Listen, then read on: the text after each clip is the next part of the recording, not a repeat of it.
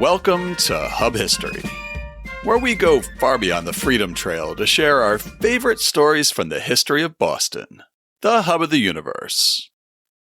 This is episode 348, Independence Day in March. Hi, I'm Jake. This week I'm talking about Boston's Independence Day, a holiday we celebrate every year on March 17th as Evacuation Day. In the early months of 1776, the American Revolution was stuck in a freezing, muddy stalemate.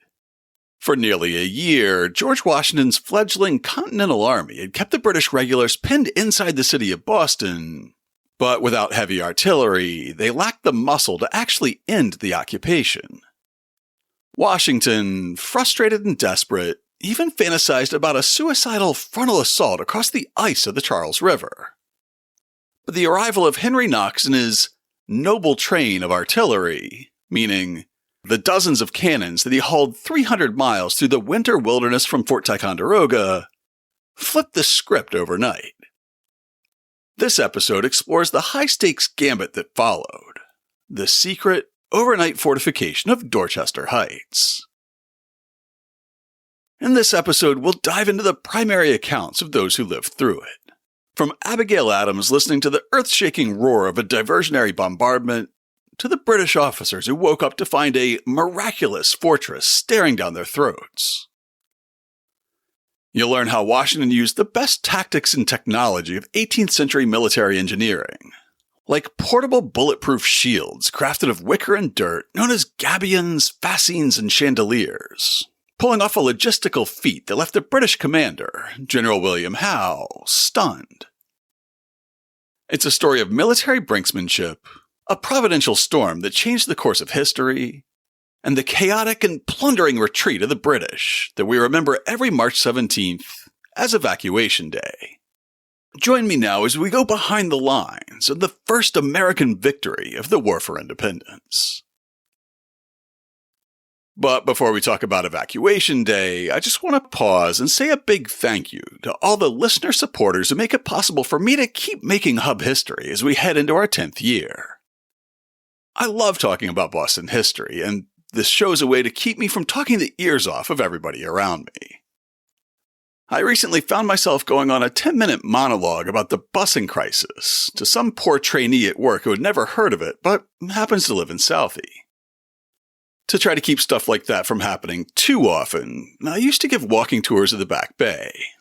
And after that, I served as a docent at the Shirley Eustace House for a while, before finally landing on the idea of this podcast. This show gives me an outlet to share the history I know, and an excuse to keep learning new stuff about this city that I love. And your support makes this show possible by covering the expenses it takes to make it. So to everybody who's already supporting the show, thank you. If you're not yet supporting the show and you'd like to start, it's easy.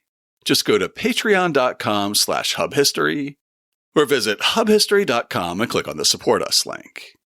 And thanks again to all our new and returning sponsors.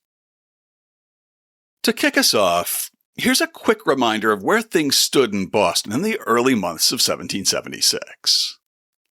The British retreated from Lexington and Concord into the heavily fortified gates of the occupied city of Boston, while the Americans took up strong positions stretching from the Mystic River to the hills near today's Roxbury Community College, keeping the British trapped inside Boston. There was a series of skirmishes on islands and peninsulas around the harbor in the spring of 1775, and then a climactic battle on June 17th on the slopes of Bunker Hill in Charlestown. The British carried the day at Bunker Hill, giving them an outpost outside Boston on the far side of the Charles. The Americans kept close watch on them from Prospect Hill, near Union Square in what's now Somerville, and both sides settled into static positions that would remain mostly unchanged until the following spring. George Washington took command of this new Continental Army at its headquarters in Cambridge in July of 1775, and immediately recognized that his army was short of many vital supplies, most critically artillery and gunpowder. He dispatched Boston's own Henry Knox to Fort Ticonderoga in November on a mission to bring back enough cannons to tip the balance of power in Boston. In the meantime, rations were running low in British-occupied Boston, where the only means of resupply was by ship from across the Atlantic. General Howe, the British commander, waited in hopes that spring would bring new orders or the reinforcements that he would need to fight his way out of Boston. After confidently predicting that he'd be back in a couple of weeks with all the cannons his general needed, Henry Knox finally arrived in the Continental camp in Cambridge after just over 2 months, against all odds having sledded and carted 120,000 pounds of cannons some 300 miles from upstate New York. Suddenly, in March of 1776, the stalemate that had dragged on for almost 11 months wasn't so stale anymore. From the moment he assumed command of the army in July, General George Washington had looked out across the Charles River mudflats and at the shallows along either side of Boston Neck and fantasized about an amphibious landing that would use whaleboats to ferry his troops across the water to land at the foot of Boston Common, where the barely trained citizen soldiers who didn't have enough guns or ammunition to go around and had no artillery to support them would somehow force the highly trained and heavily armed British regular troops to surrender. His top officers were able to talk the commander-in-chief out of this plan in a series of councils of war.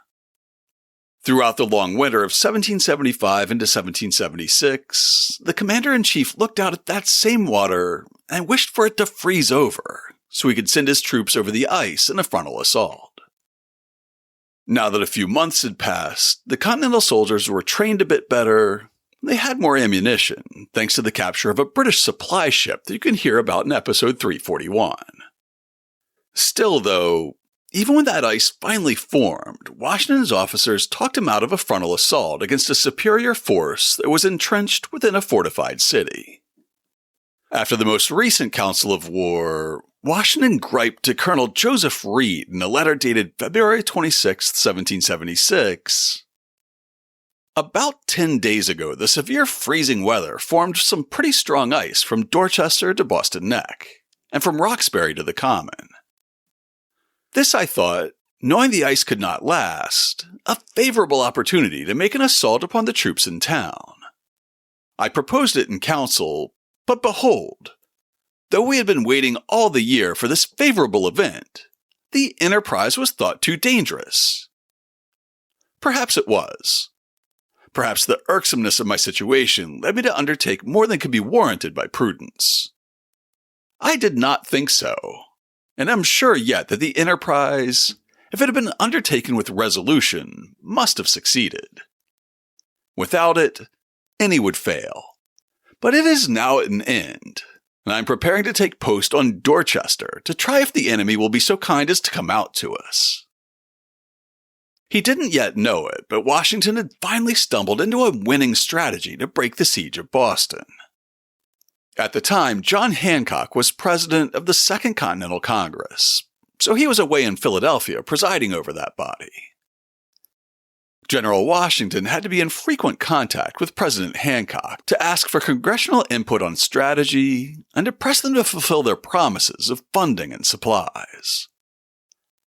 On February 26, the general wrote to the president, "We're making every necessary preparation for taking possession of Dorchester Heights as soon as possible, with a view of drawing the enemy out. How far our expectations may be answered, only time can determine. But I should think if anything will induce them to hazard an engagement, it will be our attempting to fortify these heights, as, on that event's taking place, we shall be able to command a great part of the town and almost the whole harbor, and to make them rather disagreeable than otherwise, provided we can get a supply of what we greatly want, meaning gunpowder." By this time, the British knew that the Continentals finally had artillery, and they knew that if the Americans could emplace that artillery on a hill within range of Boston and its harbor before British reinforcements could arrive in spring, their only options would be to press an attack on the hill to drive the artillery off it, or to abandon their posts and leave Boston behind. George Washington was betting on a battle, where he hoped to bait the British into a series of frontal assaults on a fortified hilltop position, similar to the Battle of Bunker Hill the previous June. Remember here that Bunker Hill was fought to keep the Patriots from building a strong fort on a height of land that could have threatened the town and harbor with even a few cannons there. Over the next few days, you can practically see the general's strategy start to take shape in a series of letters and orders. The same day that he wrote to Colonel Reed and President Hancock, the general issued these orders of the day to his army. The commanding officers of regiments are immediately to order all the axes, pickaxes, spades, shovels, and other entrenching tools now in their possession to be forthwith sent to the Quartermaster General's store in Cambridge. So they were gathering picks, shovels, and axes. Sounds like somebody was planning to dig some trenches. Now, over the winter and spring of 1776, John Adams was also in Philadelphia, representing Massachusetts in the Continental Congress that John Hancock was presiding over. This is fortuitous for us because the Adams family kept seemingly all their letters, and their descendants and a series of archivists have done an amazing job of cataloging and transcribing them all. So the family's collected letters are a fantastic source of information for any time when Abigail and John were separated. One letter in that collection came from Billy Tudor, another Continental officer who'd clerked for John Adams before becoming a prominent attorney himself, and serving at this time as the judge advocate of the Continental Army. Tudor wrote to his old mentor on February 27th, saying, "Preparations have been for some time silently making for an important maneuver, and from the contents of general orders for several days back, the Army are in hourly expectation of being called to action." If the past several days of general orders had raised the Army's expectation of being called into action, the next day's general orders told the soldiers what to expect when that moment came. As the season is now fast approaching, when every man must expect to be drawn into the field of action, it's highly necessary that he should prepare his mind as well as everything necessary for it. It is a noble cause we are engaged in. It is the cause of virtue in mankind. Every temporal advantage and comfort to us and our posterity depends on the vigor of our exertions.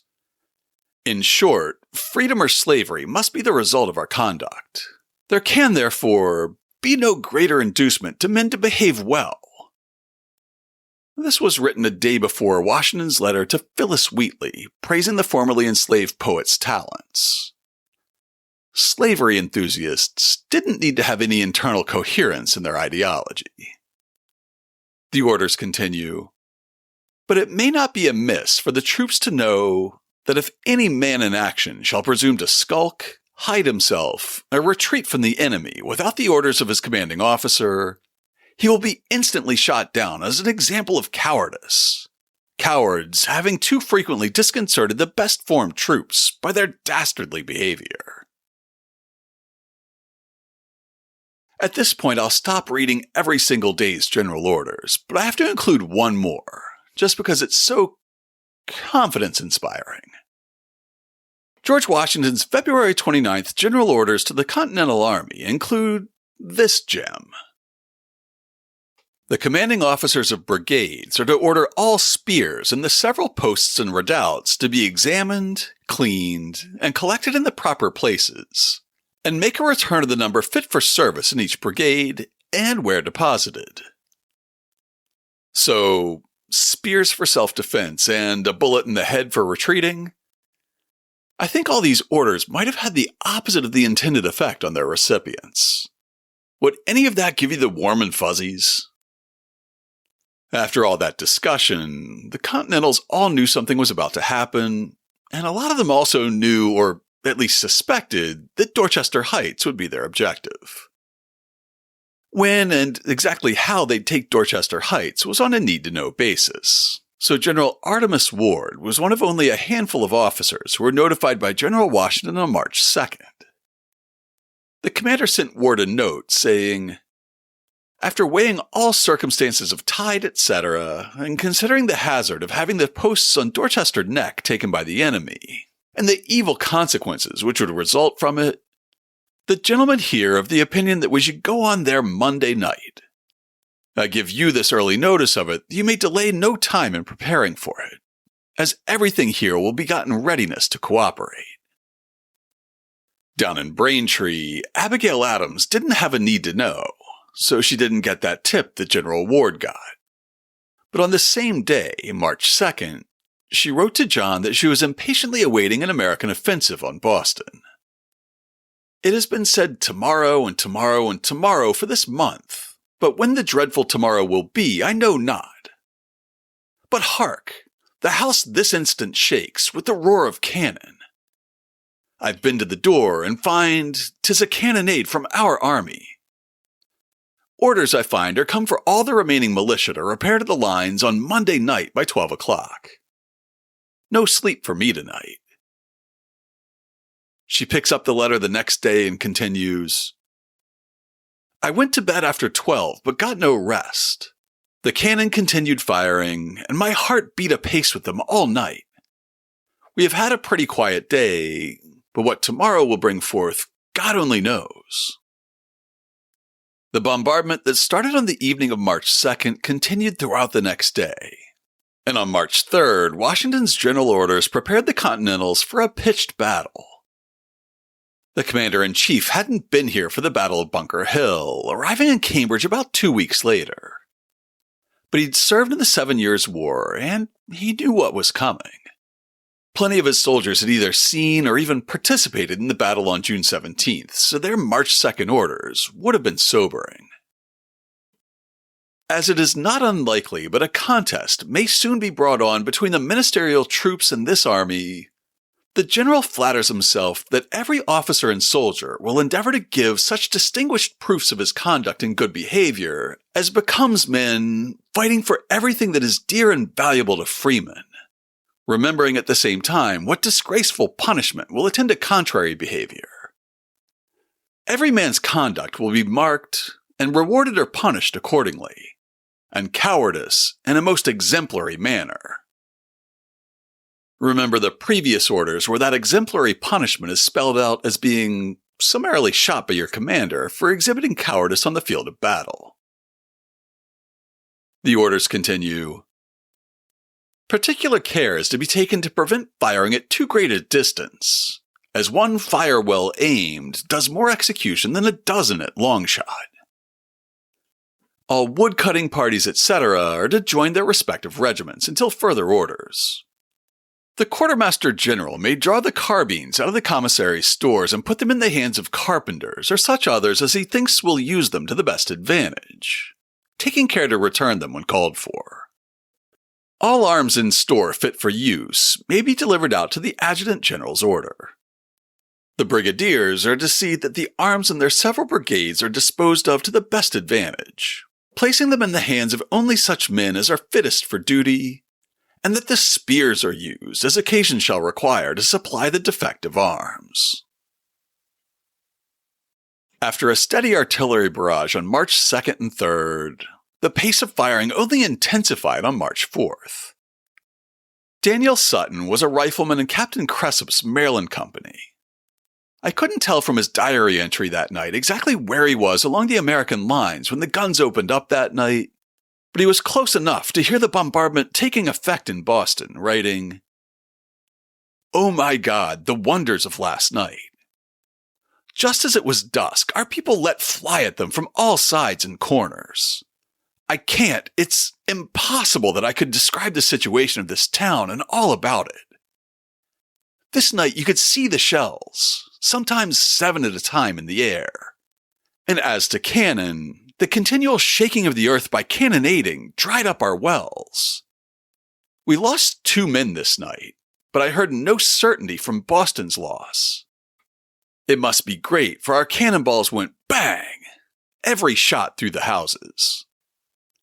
Besides, most of our bombshells broke about their barracks and in the streets." Another Continental wrote a letter that night saying, "As we are so near the town, Every shot from our batteries must take effect. The tumbling I could distinctly hear amongst the houses. I'm trying to imagine what it would sound like for solid iron shot to go bouncing down the cobblestone streets of Boston, tumbling into and no doubt through people's houses. The idea is unsettling. Inside Boston, British Lieutenant John Barker had recently rotated with his company from the forward post at Bunker Hill in Charlestown back into their winter quarters inside Boston. He arrived just in time to witness the 3-day cannonade, writing in his diary, 1776, March 2nd.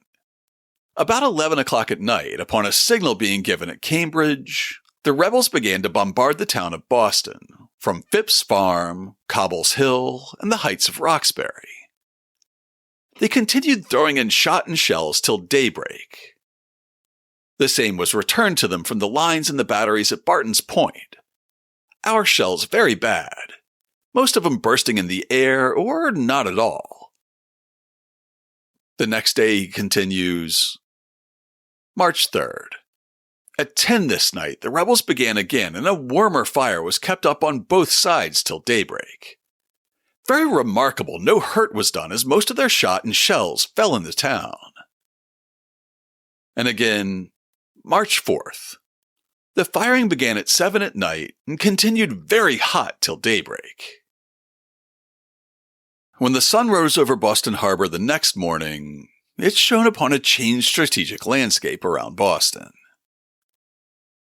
The 3-day bombardment had been a distraction, forcing the British in Boston to stay under cover and covering any noise that the Continentals made in completing a massive construction project. A letter written by a British officer that was later reprinted in the London paper explains what that construction project was, though I lost the exact reference when Northern Illinois University changed their online archives. Let that be a lesson to me in relying on links that might change at some point. Luckily, I had an electronic copy of the letter, although not the exact provenance, and the letter's dated March 5th. This is, I believe, likely to prove as important a day to the British Empire as any in our annals. This morning at daybreak, we discovered 2 redoubts on the hills on Dorchester Point, and 2 smaller works on their flanks. They were all raised during the night, with an expedition equal to that of the genie belonging to Aladdin's wonderful lamp. Unlike George Washington, Continental General William Heath was no stranger to Boston's geography. He was a Jamaica Plain native who rose through the ranks of the Roxbury militia and now was a brigadier general in the Continental Army. In a memoir that he published over 20 years later, the general described how the redoubts at Dorchester were erected literally overnight. I'll read the passage and add some color commentary as we go. Perhaps there was never so much work done in so short a space of time. The adjoining orchards were cut down to make the abattis. Abattis were basically rows of sharpened sticks that were stuck in the dirt at a low angle, so that the pointy end was toward the enemy. Ideally, you'd put them on the uphill side of a ditch, thereby doubling the difficulty for an oncoming enemy. Since the early 20th century, barbed wire and concertina wire have replaced wood abattis on the battlefield. If you're wondering about that word, it's spelled A-B-A-T-T-I-S. You're going to hear a lot of French words for 18th century defensive techniques in this week's episode. And when Heath says adjoining orchards, keep in mind that Roxbury and Dorchester were famous for apple production at the time, being the home of the Roxbury Russet cider apple. Heath's note continues, and a very curious and novel mode of defense was added to these works. The hills on which they were erected were steep and clear of trees and bushes. Rows of barrels filled with earth were placed round the works. Now, these barrels also have a modern equivalent, which are Hesco baskets, these big steel baskets the size of a pallet that are designed to be filled with dirt as a quick and effective defense against bullets and bombs. You would think barrels full of dirt would play the same role in the 18th century battlefield, but Heath says, they presented only the appearance of strengthening the works, but the real design was, in case the enemy made an attack, to have rolled them down the hill. They would have descended with such increasing velocity as must have thrown the assailants into the utmost confusion and have killed and wounded great numbers. I'll also add some commentary to a letter that General Horatio Gates wrote to John Adams on March 8th, where he further describes the logistics that allowed the Continentals to successfully fortify the heights in a single night. A vast quantity of materials being previously collected, especially chandeliers and fascines, our troops were soon covered, and before day began to break ground to thicken their defenses against the enemy's cannon. Chandeliers and fascines were two parts of a wooden defensive structure. Fascines were bundles of similarly sized small branches tied up tightly, and then chandeliers were wooden frames designed to hold the fascines together to make low walls. They weren't bulletproof by any means, but if they were built in advance and hauled to the top of Dorchester Heights under the cover of night, they could be quickly erected and used to shore up earthworks and trench lines. General Gates's letter goes on to describe the counterattack that the Continentals had in reserve for the expected British attack on their new fortress, writing, Tuesday morning at sunrise, expecting the enemy would attempt to force our new works upon the heights, everything was prepared for their proper reception. A large body of troops were drawn up near Cambridge River, with orders upon a signal given to embark upon the flat-bottomed boats, and in 2 divisions, push into Boston. But the enemy disappointed us by remaining sullen and sulky in Boston. From inside Boston, British Captain Lieutenant Archibald Robertson brought a military engineer's professional eye to bear on the new defensive works he could see across the harbor. About 10 o'clock at night, Lieutenant Colonel Campbell reported to Brigadier Smith that the rebels were at work on Dorchester Heights, and by daybreak we discovered that they had taken possession of the 2 highest hills, the tableland between the necks, and run a parapet across the 2 necks. A parapet, of course, is just a wall. No color commentary really needed there. Besides a kind of redoubt at the bottom of Sentry Box Hill near the neck. The materials for the whole works must have been carried. Chandeliers, fascines, gabions, trusses of pressed hay and barrels. A most astonishing night's work that must have employed from 15 to 20,000 men. We've already talked about chandeliers and fascines.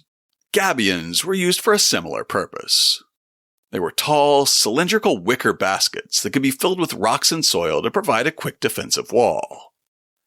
I actually have photos of some gabions that were created for an event at Fort Ticonderoga a few years back. I'll include the pictures in this week's show notes.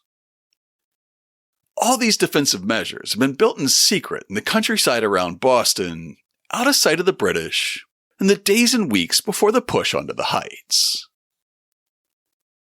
Now, Captain Lieutenant Robertson might have been impressed by the effort it took to fortify the heights in a single night, but nobody was impressed as General William Howe, the Commander-in-Chief of all British land forces in North America since General Thomas Gage was dismissed in the fall of 1775. In a letter to John a few days later, Abigail Adams repeated an anecdote that was making the rounds at the time, supposedly originating with a British deserter who'd heard the general say it. Abigail's letter says, I hear that General Howe, set upon going upon some eminence in town to view our troops who had taken Dorchester Hill, unperceived by them till sunrise. My God, these fellows have done more work in one night than I can make my army do in 3 months. And he might well say so, for in one night 2 forts and a long breastworks were sprung up, besides several barracks. With a strong fortress having sprung up overnight just outside Boston, seemingly miraculously, everybody expected a counterattack to follow. The mere possibility of that counterattack was enough reason for the Continentals to have set their sights on Dorchester Heights in the first place. After all, remember that General Washington had written that he was preparing to take post on Dorchester to try if the enemy will be so kind as to come out to us. For their part, the enemy had the same expectation that they would be going out to meet the Continentals in Dorchester. According to our letter from the British officer with the lost Providence, the Redcoats were expecting to take the field that night. And because of the significance of that day's date, they were expecting the Continentals to put up an exceptionally bloody fight. From these hills, they command the whole town, so that we must drive them from their post or desert the place. The former is determined upon, and 5 regiments are already embarked. A body of light infantry under the command of Major Musgrave, an excellent officer, and a body of grenadiers are to embark tonight at 7.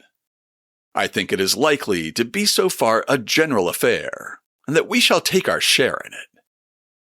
It's worthwhile to remark with what judgment the leaders of the rebels take advantage of their prejudices and work upon the passions of the mob.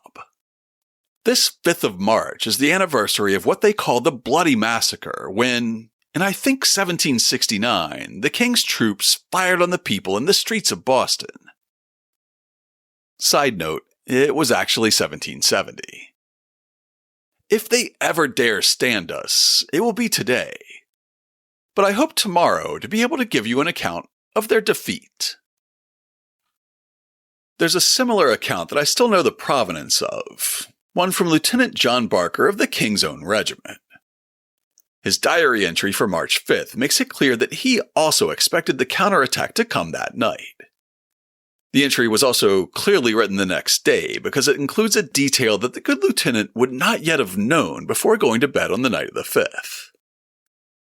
This morning, works were perceived to be thrown up on Dorchester Heights, very strong ones, though only the labor of one night. 5 regiments embarked and fell down to Castle William. In the night, they were to have attacked on that side, while the grenadiers, light infantry, and some more regiments attacked on the side next to the town. The men were not to load, but to embark with fixed bayonets. In the night, it came on to blow such a gale that no boat could possibly land, which stopped the expedition, and gave the rebels time to complete their works and make them too strong to be taken without men than we could spare. That must have been written after the fact to have known about the storm. The Continentals got unbelievably lucky that night. In his memoir, Continental General William Heath credits that storm for preventing the British attack upon the heights. About 3,500 of the British troops, it was said, had been sent down to the castle, with the intent to have made an attack on the Americans, but about midnight, the wind blew almost a hurricane from the south. Many windows were forced in, sheds and fences blown down, and some vessels drove upon shore. And no attempt was made on our works. That same day, Boston merchant John Rowe wrote an entry in his diary that takes no notice of the planned amphibious landing and assault on a fortified hilltop, but it does take notice of the night's storm. A very severe storm blew down my rail fences on both sides of the front of the house. Well, that does sound annoying, John. The first time the Continentals took a hill overlooking Boston and built a fort on top, the resulting battle was one of the bloodiest of the entire war. George Washington knew that fortifying Dorchester Heights would provoke a response from British General Howe, and he was counting on the general to order another frontal assault, like the one at Bunker Hill that had cost over 1,000 British casualties in a single afternoon 9 months before. This time, though, the elements carried the day. My dad was a big environmentalist, and when he was alive, his email signature said, "Mother Nature always bats last." And that's exactly what happened in March 1776. The idea that a storm of all things prevented the British from attacking Dorchester Heights on that first morning, before all the fortifications were complete, is just ludicrous. If it was a plot point in a movie, you wouldn't believe it. And yet, that's what happened. I'm not a religious person, but the storm that saved Boston is almost enough to make me have faith in something. With a providential storm delaying a British assault until the Americans had consolidated their defenses at Dorchester Heights and made them virtually impregnable, the British position in Boston was no longer tenable. On March 6th, Lieutenant Barker of the King's Own wrote, "It was determined by a council of war to quit the town. Orders to get ready with all expedition and to take as little baggage as possible. Transports allotted for the troops. The townspeople had liberty to go or stay." Over the next few days, the Redcoats would be in a whirlwind of activity as they prepared for a hasty departure. Inside Boston, they set up a series of last-ditch defenses in case they had to make a combat withdrawal from the town. Trenches were dug across Orange Street, today's Washington Street, and lined with chevaux de frise of sharpened sticks to slow down the first Americans to enter the city gates. Large tree limbs were cut down and used to block the narrow streets leading to Long Wharf, in hopes that they would slow down any pursuers. Barrels filled with horse manure were set up on what's now State Street to create firing positions where a sacrificial guard could hold out to the last man to buy time for the transports to clear the wharves. And of course, the men of war anchored just offshore carried full complements of incendiary rounds called carcasses that could reduce Boston to a smoldering ash heap in minutes. Basically, the British troops were getting prepared for a last chopper out of Saigon type situation. A retreat under fire is never ideal, though. So with General Howe's blessing, a message from the Boston Selectmen to George Washington was passed through the lines under a flag of truce on March 8th. It said, "As His Excellency General Howe is determined to leave the town with the troops under his command, a number of the respectable inhabitants, being very anxious for its preservation and safety, have applied to General Robertson for this purpose, who, at their request, has communicated the same to His Excellency General Howe, who has assured him that he has no intention of destroying the town unless the troops under his command are molested during their embarkation or at their departure by the armed force without." Which declaration he gave General Robertson leave to communicate to the inhabitants. If such opposition should take place, we have the greatest reason to expect the town will be exposed to entire destruction. As our fears are quieted with regard to General Howe's intentions, we beg we may have some assurances that so dreadful a calamity may not be brought on by any measures without.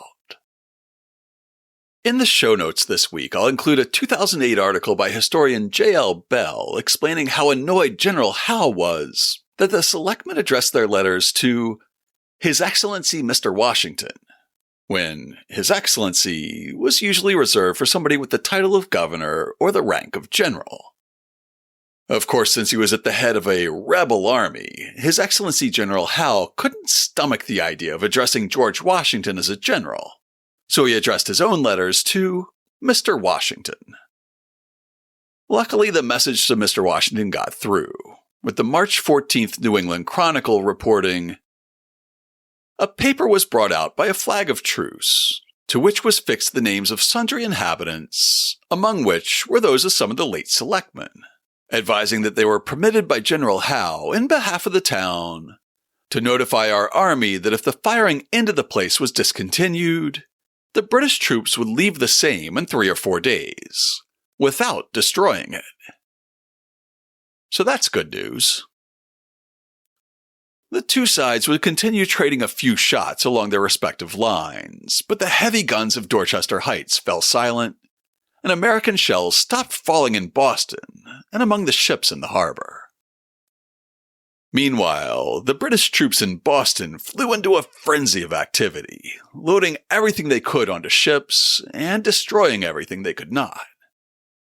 While their orders were to secure all the arms, ammunition, and supplies belonging to the Army or the colony's royal government, the March 11th entry in merchant John Rowe's diary makes it clear that the lobsterbacks went far beyond what their orders called for. "This morning I rose very early, and very luckily went to my warehouse. When I came there, I found Mr. Crane Brush with an order and a party from the general, who were just going to break open the warehouse, which I prevented by sending for the keys and opening the doors. They took from me to the value of £2,260 sterling, according to the best calculations I could make, in linens, checks, cloths, and woolens, all of which are types of fabric and not military supplies, I should note. This party behaved very insolently and with great rapacity, and I am very well convinced exceeding their orders to a great degree. They stole many things and plundered my store. Words cannot describe it. I remained all day in the store, but could not hinder their destruction of my goods. They are making the utmost speed to get away and carrying ammunition, cannon, and everything they can away, taking all things they meet with, never asking who is owner or whose property, making havoc in every house and destruction of all kinds of furniture. Never was such destruction and outrage committed any day before this. Across the harbor, and part of Braintree that's now Quincy, Abigail Adams was also closely watching the movements of the British troops in Boston. In other letters, she worries about the possibility that the movements and apparent preparations that she could observe were all part of an elaborate hoax to draw the Continentals into an ambush. In a couple of minutes, you'll hear that some of the top Continental officers were worried about the same thing, so no shade to Abigail. In a March 16th letter to John, however, she was more optimistic. There has been some movement among the ministerial troops as if they meant to evacuate the town of Boston. Between 70 and 80 vessels of various sizes are gone down and lay in a row in fair sight of this place, all of which appear to be loaded, and by what can be collected from our own observations and from deserters, they have been plundering the town. Speaking of plundering, poor John Rowe only enjoyed one night of relative peace. After his March 11th diary entry complaining about the destruction and outrage committed against him, he had some more complaints about the Redcoats. On March 13th, he wrote, "The confusion still continues, and plundering of houses, etc. is increasing. The sailors from the ships have broke open my stores on my wharf and plundered them. This was done at noon this day." The next day's entry continues along the same lines, noting, March 14th. This night much damage has been done to many houses and stores in this town, and many valuable articles stolen and destroyed. They stole out of William Perry's store a quantity of tea, rum, and sugar to the value of £120 sterling. Mr. Samuel Quincy's house broke in a great destruction. The Reverend Walters, also the Reverend Dr. Caner's, and many others. The British weren't done, however, and the next entry from March 15th continues the inventory of plunder and destruction. This night my store on the Long Wharf broke open, and almost a hogshead of sugar and a hogshead of ware stole. After dinner, Captain Haskins gave me notice that several officers were in Mr. Hooper's house, committing violence and breaking everything left. They broke a looking-glass over the chimney, which cost 20 guineas. Such barbarous treatment is too much for even the most patient man to bear. Finally, the merchant's diary records the last time his warehouses were looted in an entry dated March 16th. The troops are getting everything in order to depart. My store on Long Wharf broke open again this night. The behavior of the soldiers is too bad. 'Tis almost impossible to believe it. Across the water in Braintree, Abigail Adams could plainly see the plunder and destruction in Boston that went far beyond loading up military supplies. In another letter to John on March 17th, she wrote, "Some of the selectmen have been to the lines and informed that they have carried off everything that they could possibly take. And what they could not, they have burnt, broke, or hove into the water. This is, I believe, fact. Many articles of good household furniture having in the course of this week come on shore at Great Hill, both upon this and the Weymouth side. Lids of desks, mahogany chairs, tables, etc. Great hills on the Wessagusset Peninsula with the Fore River dividing Braintree from Weymouth on one side, and then the Back River dividing Weymouth from Hingham on the other. If good mahogany furniture was washing up there, it was a sign that a lot of stuff from Boston was getting dumped into the water, way beyond just weapons and military supplies. Meanwhile, back in Boston, the British troops were eager to leave, now that they'd packed up all their gear and everything else that they could get their hands on to steal. The diary of British Lieutenant Barker gives us some sense of the frustration they felt as they waited nervously for a favorable wind that could blow their transports out of the inner harbor, and they nervously watched the muzzles of the cannons above them on the heights of Dorchester. The officer wrote, March 14th. Were to have embarked last night, but the wind came against us. March 15th. The wind being fair at 12 o'clock in the day, the troops were ordered under arms in order to embark. But after waiting some time, returned to their quarters, the wind having shifted. March 16th. Still detained by the wind. Finally, his next entry records a shift in the winds that allowed the British troops and the ships carrying them to slowly move away from the wharves of Boston's waterfront. March 17th. At 4 o'clock in the morning, the troops got under arms. At 5, they began to move, and by about 8 or 9 were all embarked, the rear being covered by the grenadiers and light infantry. The rebels did not think proper to molest us. We quitted Boston with a fair wind and sailed down to King's Road, which is just below Castle William. By the time Lieutenant Barker and his company boarded their transports, the Redcoats had given up on the idea of fighting back against the Americans, either through a bombardment or an amphibious landing. Brigadier General John Sullivan of New Hampshire was among the Continentals who were keeping a close watch on British movements to make sure they were really leaving. After the artillery barrage that covered the American movement onto Dorchester Heights, he recorded the futility of British countermeasures in his diary. The enemy, after having been severely handled by our shot and shells for a few nights, found us in full possession of Dorchester Heights. This threw them into the utmost consternation. They endeavored to elevate their cannons so as to breach our works by sinking the hind wheels of the cannon into the earth. But after an unsuccessful fire of about 2 hours, they grew weary of it and desisted. They then ordered Lord Percy with 3,000 troops on board the transports and to proceed to the castle, from whence he was to come and attack our works on the south, while the grenadiers and light infantry were to land from Boston on the north point of Dorchester, called Nuke Point, and attack our lines from the other side.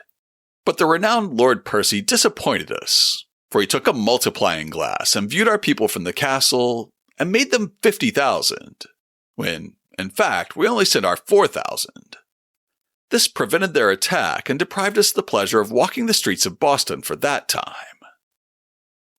So the British couldn't elevate their guns high enough to bring effective fire against the American battery on Dorchester Heights, and their attempted counterattack was thwarted by the providential storm that blew through Boston Harbor. By the time the weather cleared, the Continental positions on the heights were too strong for an assault to succeed, and it quickly became clear to outside observers that the British would have to abandon Boston. General Washington's orders to the Continentals for March 13th cautioned against a hasty entry into Boston. As the ministerial troops in Boston, both from information and appearance, are preparing to evacuate that town, the general expressly orders that neither officer nor soldier presume to go into Boston without leave from the general-in-chief at Cambridge, or the commanding general at Roxbury, as the enemy, with a malicious assiduity, have spread the infection of the smallpox through all parts of the town. Nothing but the utmost caution on our part can prevent that fatal disease from spreading through the army and the country, to the infinite detriment of both. His Excellency expressly commands every officer to pay the exactest obedience to this order. At the same time that the Continental Army was cautiously moving in to occupy the town the Brits were abandoning, exiles and refugees had been forced to flee the city during the siege were trying to return. All were eager to see if their homes and possessions had been spared by the larcenous redcoats, but not everyone would be allowed to return just yet. In a March 17th letter to John, Abigail Adams mentions that our people will have liberty to enter Boston, those who have had the smallpox. I think General George Washington's fears that the British had spread smallpox maliciously were unfounded. Earlier in the siege of Boston, his letters and orders mentioned smallpox several times, almost always followed by an accusation that the British were sending infected Bostonians out of the city in a deliberate attempt to infect the surrounding American army. Smallpox was no small passing concern. For generations, the deadly disease had been known as the speckled monster, with outbreaks killing dozens or even hundreds as they moved from town to town. Inoculation to prevent smallpox had only been practiced in British North America for barely over 50 years at that point. Luckily, the practice had been pioneered in Boston, so Massachusetts and New England had the most immunity per capita of any region in the colonies. Still, there was reason for caution, as the Continental Army's general orders for March 19th remind us. All officers, soldiers, and others are positively forbid from going into the town of Boston without a pass, or being sent expressly upon duty. As soon as the selectmen report the town to be cleansed from infection, liberty will be given to those who have business there to go in. The inhabitants belonging to the town may be permitted to return to their habitations, proper persons being appointed at the Neck and Charlestown Ferry to grant them passes. Reporting from inside the town of Boston, John Rowe's diary entry for March 17th records the first Continental troops who entered the town. About noon, General Putnam and some troops came into the town to the great joy of the inhabitants that remained behind. Rowe's diary also notes that George Washington and his command staff visited Boston the next day. General John Sullivan watched the same events unfold, but he was outside the city, watching the movements of the British through a spyglass from a post along the banks of the Mystic River in today's Somerville. His unit was in the closest American post to the British outpost on Bunker Hill, watching closely for any attempt by the Redcoats to break out of the Charlestown Peninsula. In a letter to John Adams written the next day, Sullivan recalls, "We saw the ships underway about 8 in the morning, and the river full of boats with armed soldiers. This gave an alarm, as some suspected they were about to land at Dorchester, but having a full view of them with a glass from Ploughed Hill, I found they were going on board the ships. I then took my horse and rode down to Charlestown Neck, where I had a clear view of Bunker's Hill. I saw the sentries standing as usual with their firelocks shouldered, but finding they never moved, I soon suspected what regiment they belonged to, and upon taking a clear view with my glass, found they were only effigies set there by the flying enemy. This convinced me that they were actually fled, for if they meant to decoy us, they would have taken away every appearance of men." By this time, I was joined by Colonel Mifflin, who, with my brigade major, agreed to go up. Sending 2 persons around the works to examine whether there was any of them in the rear of the works, while we went up the front, I at the same time sent for a strong party to follow us up the hill, to assist us in running away if necessary. We found no persons there, and bravely took a fortress defended by lifeless sentries.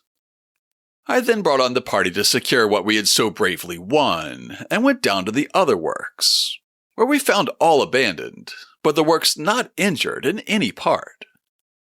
We hailed the ferry boat, which came over and informed us that they had abandoned the town. We then gave information to the general, who ordered me with the troops under my command to take possession of Charlestown, and General Putnam with 2,000 men to take possession of the works in Boston.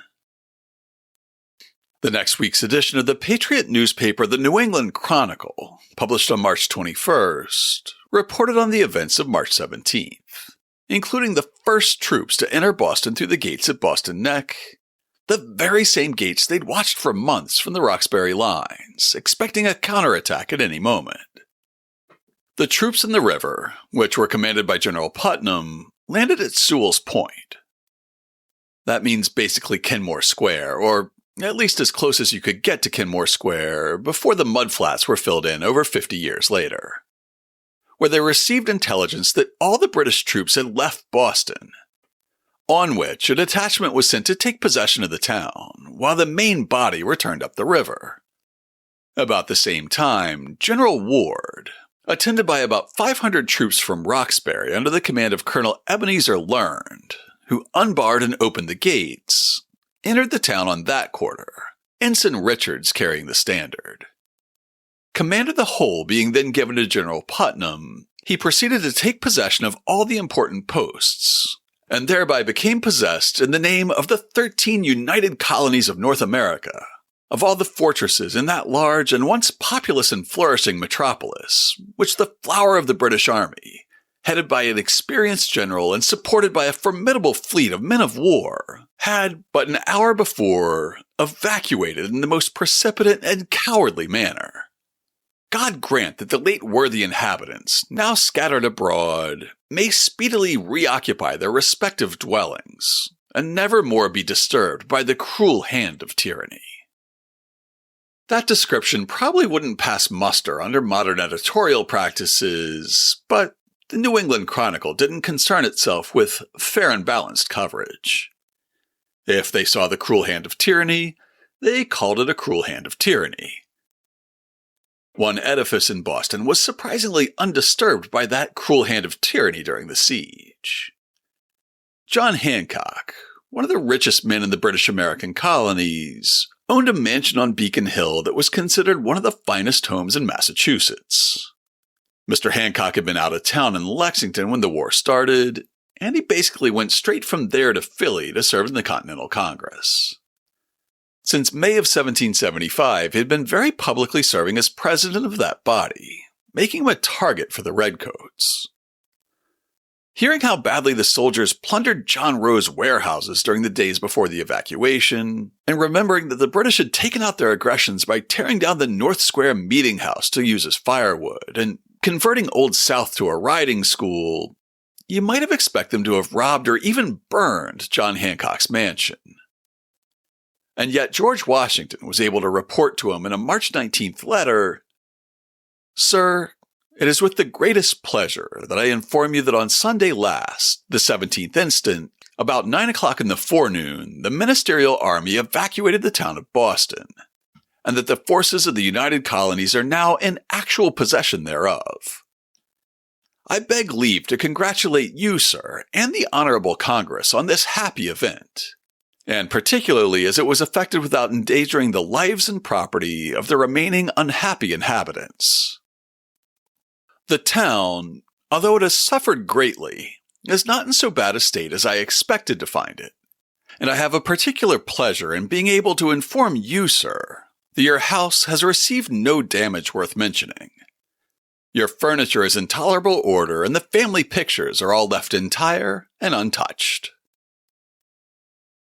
The Continentals had steeled themselves to withstand a frontal assault by the British Army, one of the most disciplined, best-trained infantries in the world.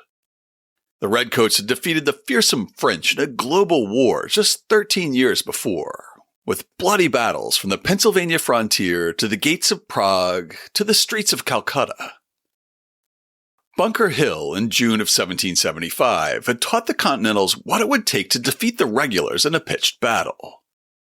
That hot June day had proved a victory, but a costly one.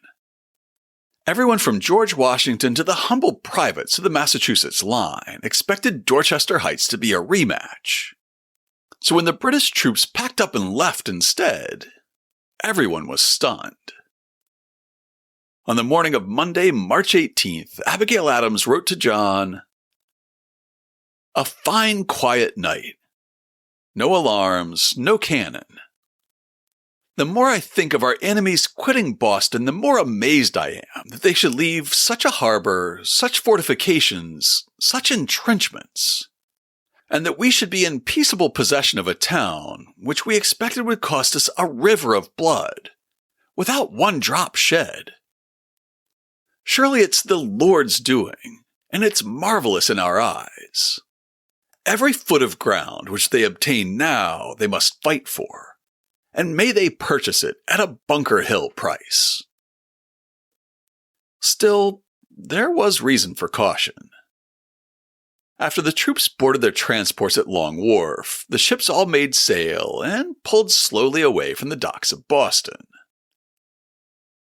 They didn't go far, though. That first night, they made anchor in King's Road, a channel in the harbor between Deer Island and Long Island, within easy sight of downtown Boston. We call the channel President's Road today. Abigail Adams wrote, "From Penn's Hill, we have a view of the largest fleet ever seen in America. You may count upwards of 170 sail. They look like a forest." Penn's Hill was a short walk from John and Abigail's house, and it was where she and John Quincy had watched in horror as the Battle of Bunker Hill unfolded in the distance. After a few days, a party of engineers landed on Castle Island on March 20th. We all picture Fort Independence at Castle Island, but that fort is a later creation. In 1776, the fort there was called Castle William, after William of Orange, and it had been a symbol of royal authority and the seat of military power in Boston since it was built in the 1690s. While the garrison of the fort boarded their transport ships, the engineers spent about 4 hours laying over 63 naval mines within the stone walls of the fort. At about 8 p.m., those mines were detonated, destroying much of the main fort structure. A rear guard landed back on the island again after the explosion, and they set fire to the barracks and other wooden structures that were outside the main walls of the fort. Among the engineers who helped to lay the mines was Captain Lieutenant Archibald Robertson, and the New York Public Library has an amazing ink sketch he created of the remains of the castle in flames. I'll link to an online copy in the show notes this week. After the castle was detonated, the fleet moved out to the outer harbor to another channel known as Nantasket Road, which is sheltered between George's Island, Pettick's Island, Rainsford Island, and Allerton Point in Hull. Even that didn't last too long, with merchant John Rowe noting in his diary on March 27th, "This afternoon all the fleet sailed from Nantasket Road but 3, which is supposed to be men of war."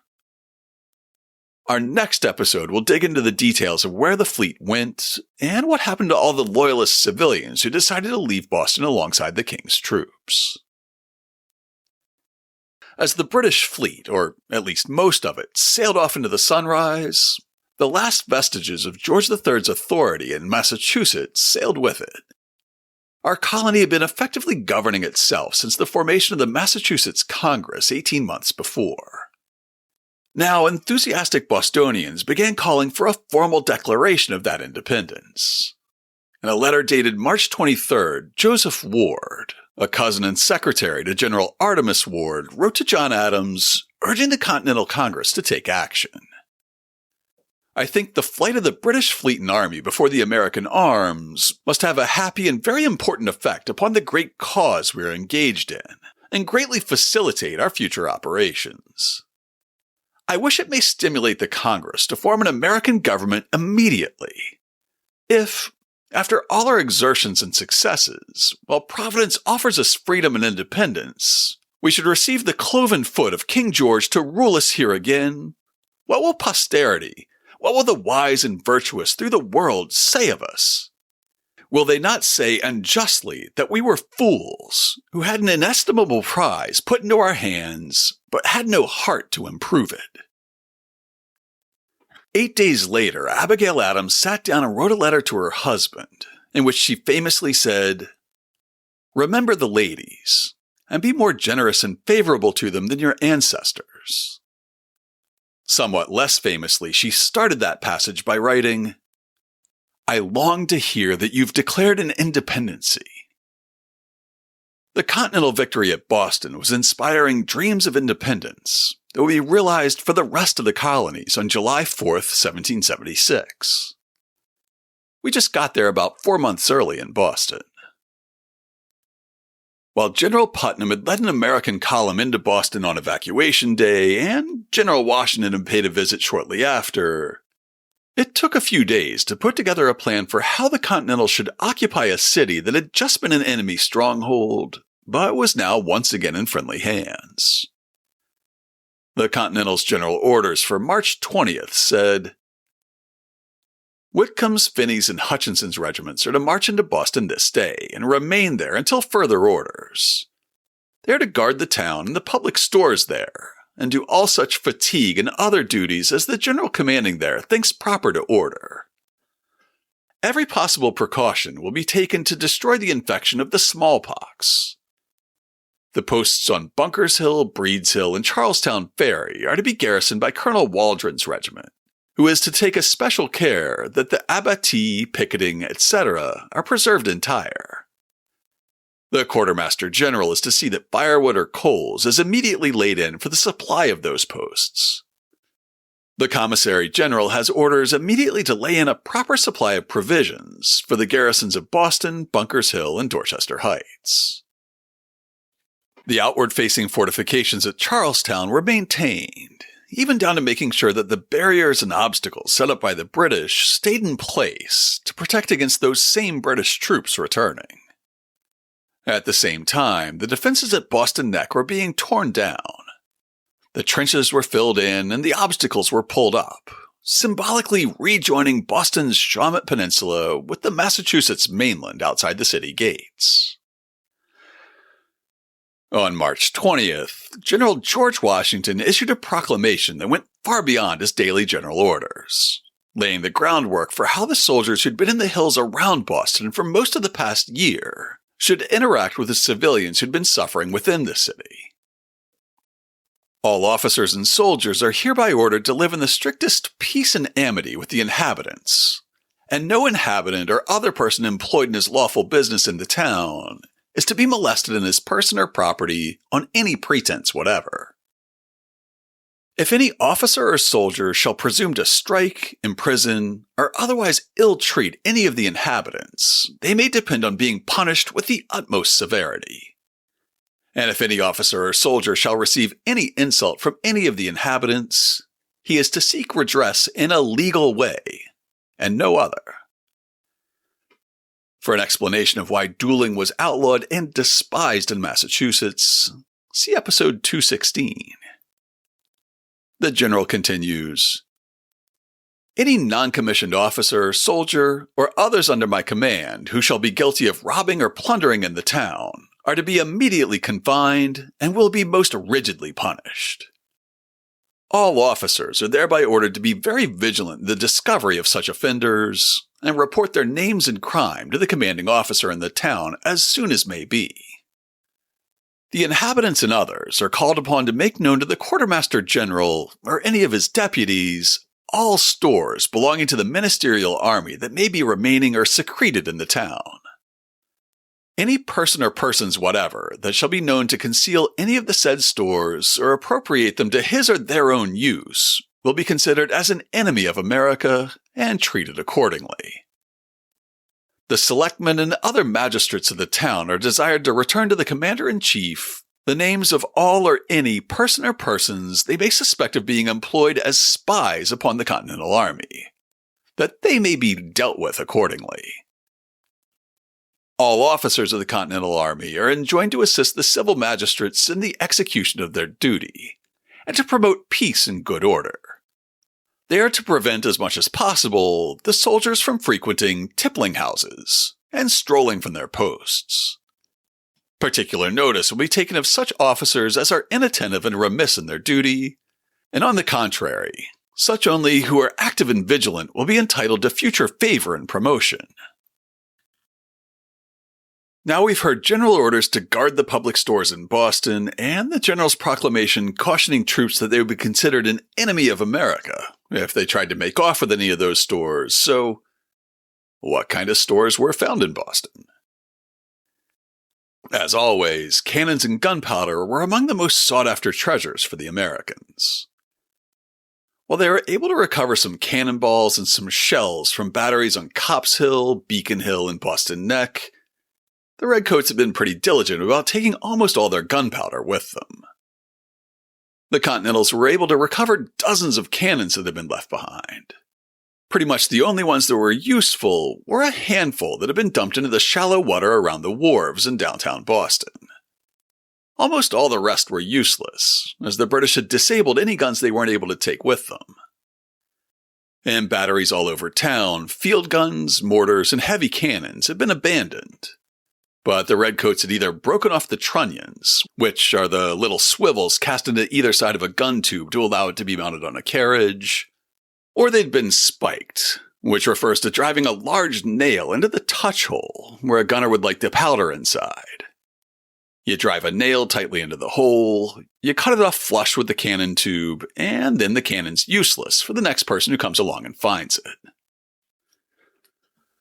While there wasn't much in the way of guns or powder, Boston held a veritable treasure trove of other supplies for the resource-poor Continental Army. There were vast quantities of salt, sugar, molasses, wheat, corn, and oats. Hungry American horses would appreciate those oats, along with a meager store of hay that was recovered, along with hundreds of saddles, pack saddles, and assorted leather tack. The Americans found miles of lumber, shingles, and wooden siding, plus enough tools to allow them to build a whole new city. During the siege, and especially after the Battle of Bunker Hill, the British had used the converted Boston Workhouse as a hospital. The interior was chaos when the First Continental searched it, with papers, bandages, medicines, and other potentially useful items scattered all over the beds and floors. After the initial search, the surgeon of the main Continental Hospital in Watertown was called in to review the supplies. That surgeon was Harvard Medical School founder John Warren, and he later gave a sworn deposition accusing the retreating British of deliberately contaminating the medicines and supplies they left behind with arsenic in an attempt to poison any Continentals who wanted to use them. There were even entire ships that had been left behind in the evacuation, after entire crews deserted rather than sailing off with the British fleet. Some of these ships had been intentionally sunk, but others were left loaded, provisioned, and ready to sail away. There were cargoes of barrel hoops, oil, coal, salt, and other useful supplies. The Americans didn't find much in the way of medicine, weapons, or gunpowder, but the food, tools, and other military stores they were able to recover would prove valuable, both for the units who would stay on to garrison Boston in case of a future attack, and the core of the army that would march on to New York. News of the victory at Boston finally made its way to Philadelphia, where John Adams was hard at work in the Continental Congress trying to get the Army and his home colony the resources they needed to drive the British out. When he was advised of the American triumph, he wrote to Abigail on March 29th, "I give you joy of Boston and Charlestown, once more the habitations of Americans. I can think of nothing but fortifying Boston Harbor. I want more cannon than are to be had. I want a fortification upon Point Alderton, one upon Lovell's Island, one upon George's Island, several upon Long Island, one upon the Moon, one on Squantum. I want to hear of half a dozen fire ships and 200 or 300 fire rafts prepared. I want to hear of rogue alleys, floating batteries built, and booms laid across the channel in the Narrows. No efforts and no expense are too extravagant for me to wish for to fortify that harbor so as to make it impregnable." Finally, in June, the last of the British ships were forced out of the harbor.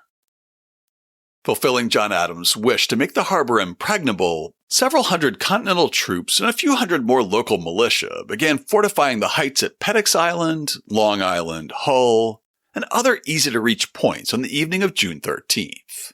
Putting their artillery well within range of any ships remaining in Nantasket Road. The next morning, those guns opened up on the British ships, and one by one they hoisted their sails and started moving on down the harbor. One of the last to depart stopped off at Little Brewster Island, stuffed the lighthouse there full of gunpowder, and then set it on fire, blowing up the 60-year-old Boston Light as they made their retreat. You can listen to our recent episode 332 to hear more about that incident. So this St. Patrick's Day, remember that we have something bigger to celebrate than green beer and shamrocks. We're celebrating the early independence of Boston, Massachusetts, and New England, thanks to the leadership of George Washington, the ingenuity of Henry Knox, and the valor of the citizen soldiers of the Continental Army and the Massachusetts militia. The heart of that celebration will be a parade that winds its way through South Boston, from Andrews Square to Broadway. So if Henry Knox's cannons were emplaced on Dorchester Heights, why is the parade in Southie? Well, in 1804, the independent town of Dorchester ceded the section of the town known as Dorchester Neck and Dorchester Heights to Boston, while the rest of the town waited until 1869 to vote to be annexed by Boston then.